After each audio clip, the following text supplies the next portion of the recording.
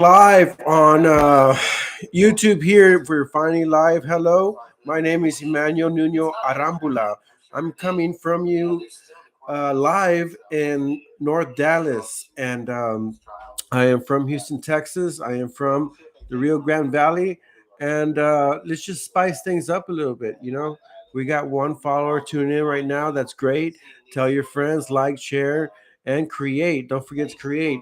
Screenshot this, screen record this, share it, rip it off, share clips. That's what I do. I rip off anything that I want to share on the internet. I think everything is open source material. Where's the mic? I want everyone to see the mic. And then I'm going to pick up this mic. Yeah, that's something to mention. So, yeah. Well, The mic's coming up. The mic's coming up. They still stayed peaceful. Yeah, that's confirmed. And that's the highest. And I guess that is an interesting question for protesters. And so I already lost one listener for being unprofessional, but this is just things that make me human. I'm not gonna lie and say that I got everything set up and everything's good to go. Got Kill Tony in the background. Look, everything is plain and simple. This cost me $100 to do. I bought a mic. And I already have a bunch of adapters, adapting everything. I have another podcast live as we're speaking.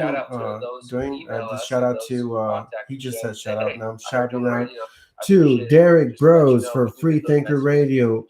The technological terror is here, and that is with Micah, and they're coming out of Houston too. And I have this piping on my phone. But I'll go to YouTube and we'll go jumping back and forth, jack back and forth, back and forth. Sweet. And that's where we're going deep. All right. Let's see. All right. I want to mention before we get to a show. To a song. I know we got a new song from Johnny's band. I just want to mention this real briefly, just to add to the Canada story that we're talking about. And I think I mentioned this last week or the week before. World Economic Forum's Young Global Leaders Program. Without getting too deep into it, the World Economic Forum, the people who continue to push for this great reset agenda, people have been circulating this clip from 2017 where you're tuning into another podcast and just take it in if you're listening. I'm also trying to record this for a couple of decades now. There's a clip floating around where he talks about this program. This program was initially launched as the Global Leaders of Tomorrow in 1992, and it eventually became known as the Young Global Leaders. And in this clip, Klaus Schwab says, I have to say that when I mention names like Miss Merkel, talking about Angela Merkel in Germany, even Vladimir Putin and so on, they all have been young global leaders of the World Economic Forum. But what we are really proud of now with the young generation, like Prime Minister Trudeau, the president of Argentina, and so on. Is listening or not? Your goal is our goal. So let us partner on this journey together with Jumpstart for Biotech.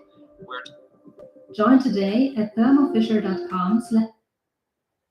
Sure. Okay.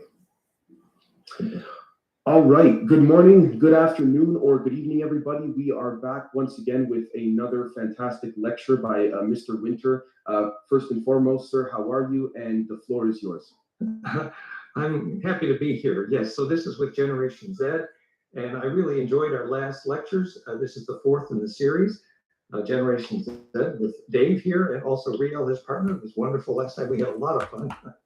And as everyone knows, I'm Dan Winter, fractalfield.com. This evening's lecture, titled Living Plasma, Measuring Life Force, subtitled Life, Naissance, and Béchance. Definitely a white wizard. This is Dan Winters describing the physics of our biological body and the manufacture of bliss. In healing frequencies. So we're going to be talking about healing frequencies tonight. And all right. Let's see, I can here.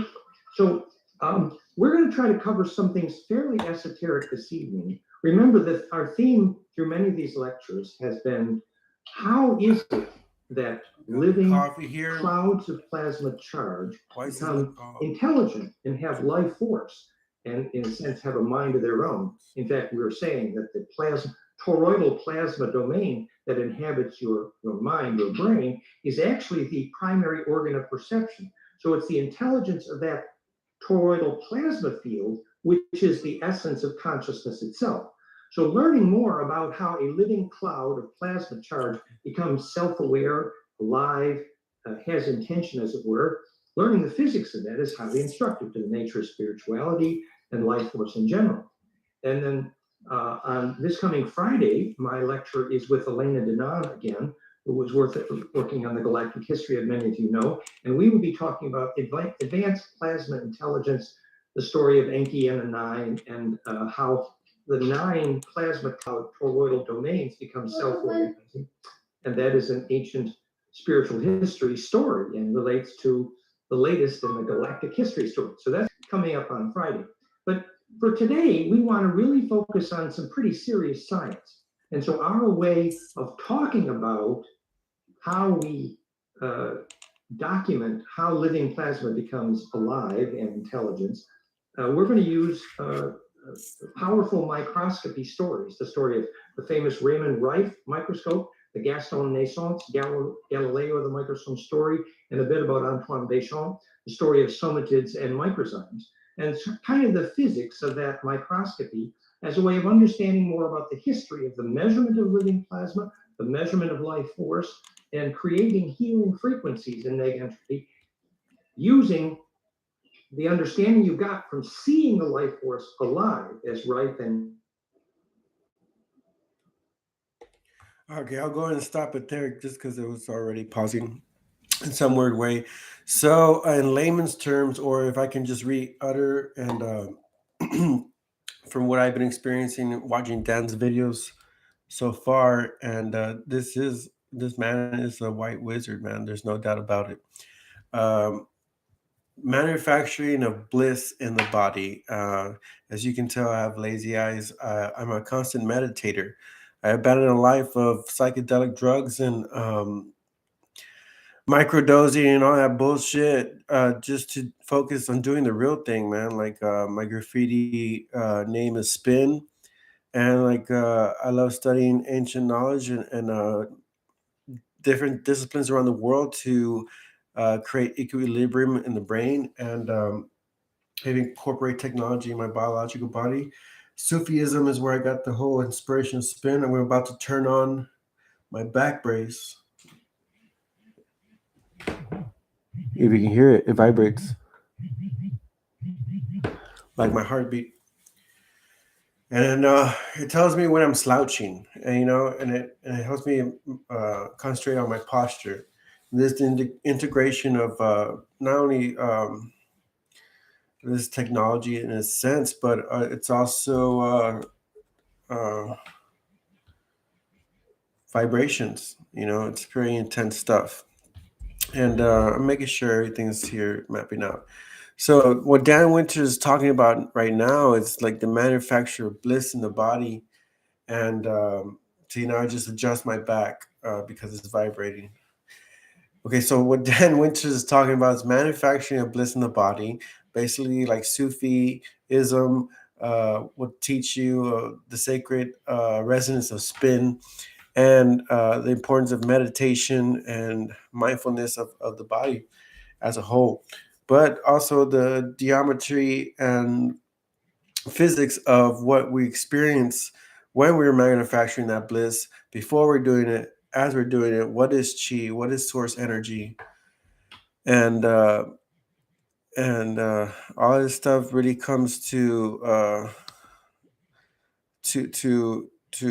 set to like make sense. It comes to you, and then it starts to make sense. You start connecting the dots, like, oh, what you can biohack basically your body. Let's see if I can go live on Facebook too. So I started a tangent, and I want to go up and down. But I might go live on other ones. But I just want to make sure I have like a centerpiece manifold of what the I'm gonna be covering. Son of a bitch. This is a nice setup here. I like this. I don't know about the lighting here. This damn thing, man. My posture is nice still. It wants me to stand like this. I'm gonna put my shoulders and do that. There you go. It wants me to stand like this, which is look at this hell of a posture, and this is what the machine wants me to do. Wants me my posture to be like this, and it's awesome. So, which means I have to put the mic closer and talk. Not a lot of people focus on their posture, but when you're putting in a lot of energy, exerting so much energy on something in particular, and you're working muscle memory through your entire body. So you're gonna need something that it's making sure that the energy is flowing and pumping through fibers in the body, and you're gonna want that balance, man. So make sure you're comfortable, make sure your posture is right. So, little biohacks: drinking tea or coffee on a red mug other than any other color, because it's another biohack. Red, anything involving red and us obtaining it, really puts element of survival and fucking passion to what we do. And actually studies show that drinking tea and or any drink through a cold mug, a red mug, I'm sorry, makes it taste better. And I said that on 11 minutes and 11 seconds. That's how much we've been going on now. Been going live on Instagram, but I want to get something radical going. Should we continue listening to Dan Winters? Right now I'm just on YouTube. I might kick it to Facebook and see what the fuck. There goes my posture. I'm a birdie man now, birdie. I stand like this. And I'm supposed to be turning like this and like here. Mic check. What's it all about? Remote to battery level 0%. Jesus Christ. Are you frigging me?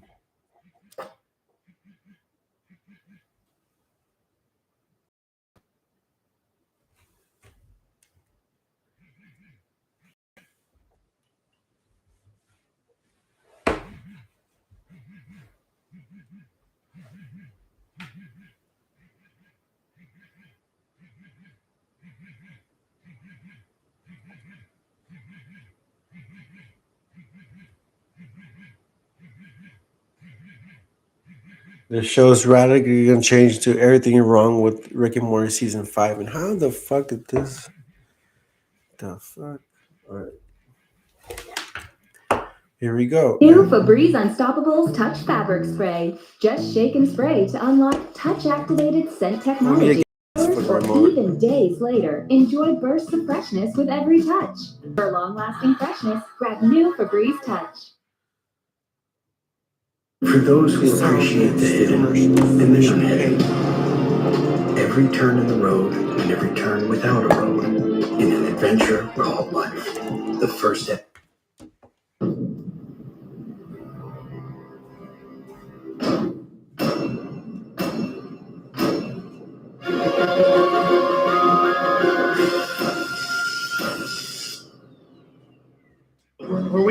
Are we blades in that one? For the love of snipes, how many times do I have to say it? Keep it singular. There's only one blade. Also, show never gives us the context for any of this. If it does it in another episode, fine. I'll give back like 30 sins. But for now, I'm all horned up for the alternate gem dimension, and the show keeps rolling over and something it has a headache.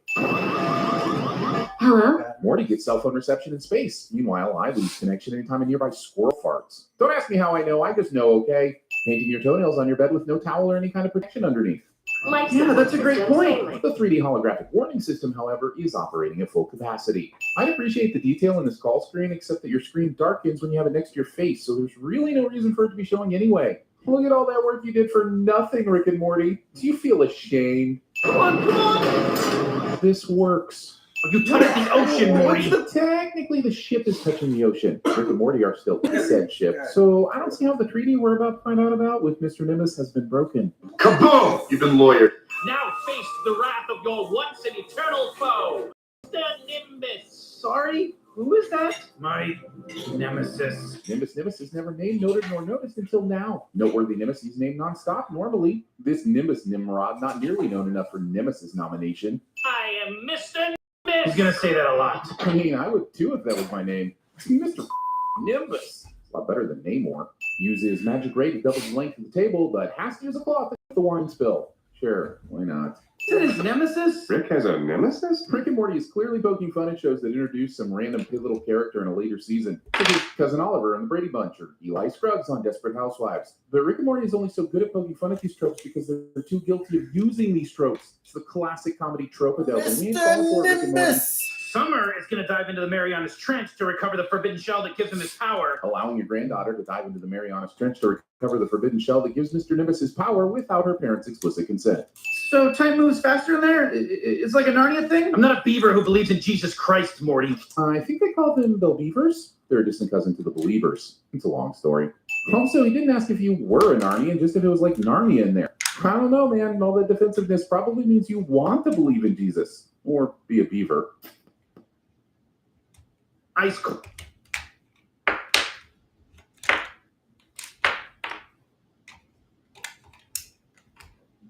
What 6? Why? I'm putting batteries in remote.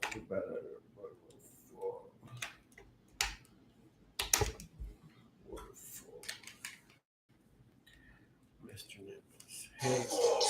There you go. The quality improvement. I don't know whether to take a sin off for the intense but hilarious depth or sob in the corner contemplating the mundanity of my existence. In other words, yeah, it's a Rick and Morty episode. Leaving the recliner chair reclined. Pat her side.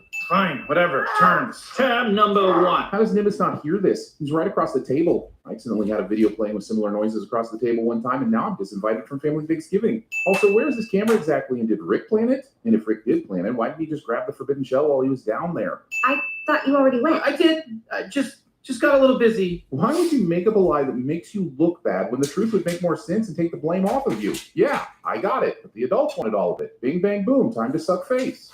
Where is your wine boy, Richard? He's getting it. Now, I'm not sure why Rick thinks this, because he didn't ask Morty to get more wine. What if it gets weird? Even just contemplating having sex with the fish guy already puts this in the weird category, so you might as well just go all in at this point, Jerry. The wine survives this. Centuries of this. Isn't every end a beginning? Stay back! I don't want your strip dance, Sundance, sci-fi bullshit! Oh, Rick and Morty, how I have missed you. You're sent back to just being you, old friend. Can you believe he bought that tree bullshit? Easier than I can believe they've been running the simulation nonstop all these years, just waiting on Morty to return. But sure, yeah, go for it. Make us slightly more wet. Title of my sex tape? I just took some wine. I said I was sorry. What the f*** is wrong with you people? But it was Morty's wine to take. So why does he think that that's the issue here? He realizes he's killed a lot of their people, right? It is Morty, though, so I guess maybe he doesn't realize this. Frozen in time, forever asleep. And exactly how long has forever been again? Morty leaves one time and comes back a decade later, but another time it seems millennia have passed. And if you think I'm not going to send your inconsistent portal time passage rules just because you didn't officially establish any, you have severely underestimated my willingness to stretch for a sin. Why did I clone myself? Mr. Nimbus! This guy would be excellent at TV sins. Let me Deus Ex Machina this and let's go home. I believe you mean Deus Ex Rick'na. If you're going to try to be all excellent at TV sins and such, at least throw a portmanteau in there to pretend to keep it fresh. Oh, that's cool. Why? Because it has a setting that disintegrates all clothing except the parts covering the genitals? I'd go with convenient or prudish. Convenient? Did you think I would let you die alone, Richard? Pelvis Ex Junkina. See? That's how it's done. Yes. Time. I had nothing but time.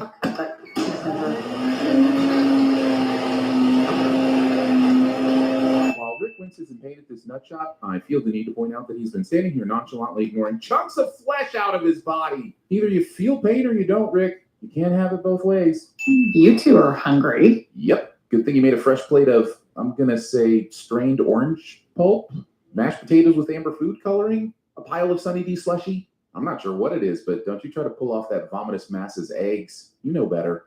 Can I kill guys? Summer took out an onslaught of underwater foes in the previous episode. How would she not be useful when going to battle anyone? And sure, she's a clone, so maybe that wasn't this summer, but it's too early in this episode to know that.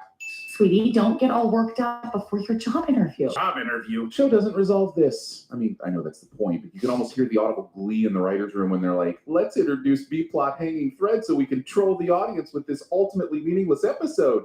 And you know how much I hate threads and things that are hanging. So Jerry and Morty are shot side by side, but in the overhead view, they're now separated by a table. And Hey, where did that juicy plate of not eggs go? Oh no, they died. This show has killed its main characters so much that caring about them is like eating your 8th piece of pizza. I mean, you still like pizza and all, but at that point you've eaten too much. But also once you get to 8, is 9 really going to make that much of a difference? So you stuff it down like the meaningless hunk of matter it is and wonder if anything even means anything anymore. Somebody hunt me! If Sweaty Death Wish here truly wanted to be hunted, he'd be hiding in a bit more. What he should be saying is, chase me, or kill me. I'm Mr. Always Wants to Be Hunted. Yes, and how interesting did you think that would stay? Show then proceeds to hunt itself for the next 20-some minutes, making another self-referential dig, which in turn makes mine harder. So ding it, I shall. Golf. Well, I don't see any stakes in them. Summary of the biggest issue with Rick and Morty at this point somehow makes it into the episode. And by somehow, I mean the writers intentionally put it there as a meta wink to self-diffuse any criticism because they probably think it's not a bug, it's a feature, but in either case, it is a sin. It suddenly dies, and I guess this is the part where I remember that it isn't a new season of Rick and Morty until we have a good old game of Smith Monty. The only explanation as to how this green car missed the arrival of a spacecraft and the obliteration of the adjacent vehicle is distracted driving. Put your phones away, people. The time it takes for me to make my morning coffee, I can take a checkup. Safer Internet Day is happening this month, which is a good reminder to make sure that your online accounts are safe because staying safe on the internet is very important. Google helps to keep you safe online by making their products secure by default, and their security checkup helps you keep your Google account safe and secure. It's a step-by-step tool that walks you through personalized security tips, like alerting you if any of your saved passwords have been compromised. I don't know what I would do without it. For example, I would have no idea that my passwords were compromised unless... Holy crap, has Morty called me by your naming at the age of 14? When the outside grows on the inside and then reaches back outside, your plant addiction has gone too far. How many lavender shirts does one person who only wears coral shirts need? This armor somehow flattens the basketball hoop on the garage without it moving, folding, or pieces of it flying off. And also leaves large sections of the roof and walls unprotected. Rick would suck at purge survival is all I'm saying.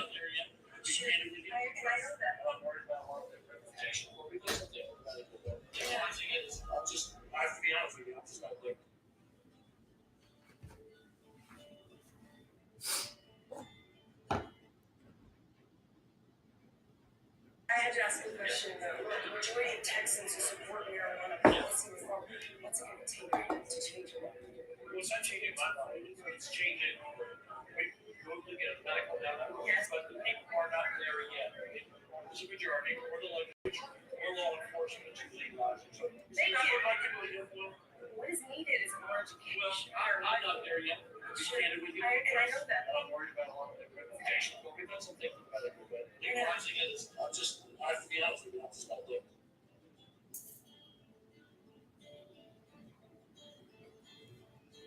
I had to ask a question though. The majority of Texans who support marijuana policy reform, what's it going to take? I had to ask a question though. The majority of Texans who support Decided it was maybe better as a kind of kinetic mislead for another special episode. Jeez, Rick and Morty is so up its own ass with his fourth wall destruction. And they swear an episode in season 6 will just be a static camera filming the actual actor's table read. It will be so clever.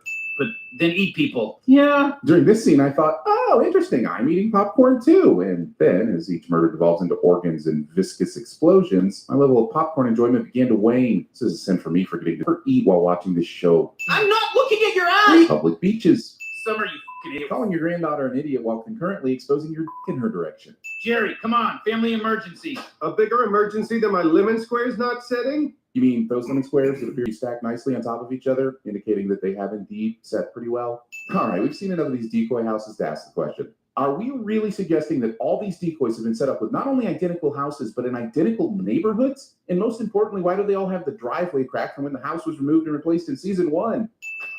I think you got the wrong house, bro. Analysis mode. Password 80085.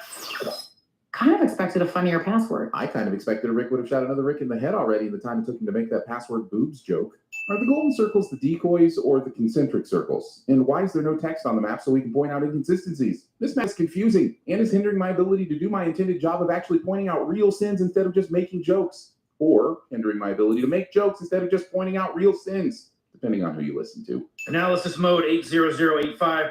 No. But if these aren't this Rick's decoys, then why were they on this Rick's terrible map? Analysis mode. Password 8 capital D. Honestly, the vertical bar in number 3 works better than most fonts.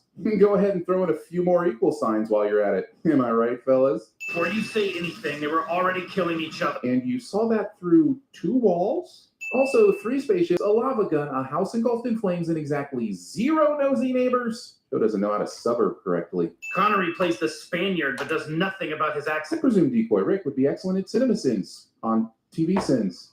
I say we split up. Some of us take down squids while the rest of Agent us... B stories will have to track simultaneously. No, thank you. D&D conversations. Why are we wearing these? Better question. Where did you get these? Do they have an assortment of fabrics and foam to construct these costumes? Did they make a stop at the fabric store? There's one. Conveniently. Why is Jerry even holding an active bomb after the crash? Is it in any way in Jerry's character to be aware of how to do something like this or even want to do it in the first place? It's either accidentally convenient or out of character, and Cindy is hungry today, so feast, Cindy, feast. How exactly are these restraints containing the Smiths? They have room to breathe, they have room to these things. Can't kill you yet. The skin needs to be fresh. So why peel the skin off at all? If the skin is removed from its blood supply, it'd likely start to die pretty quickly. The peeled skin is already unfresh is what I'm saying. Also, you can't simply banana someone and still leave the victim alive.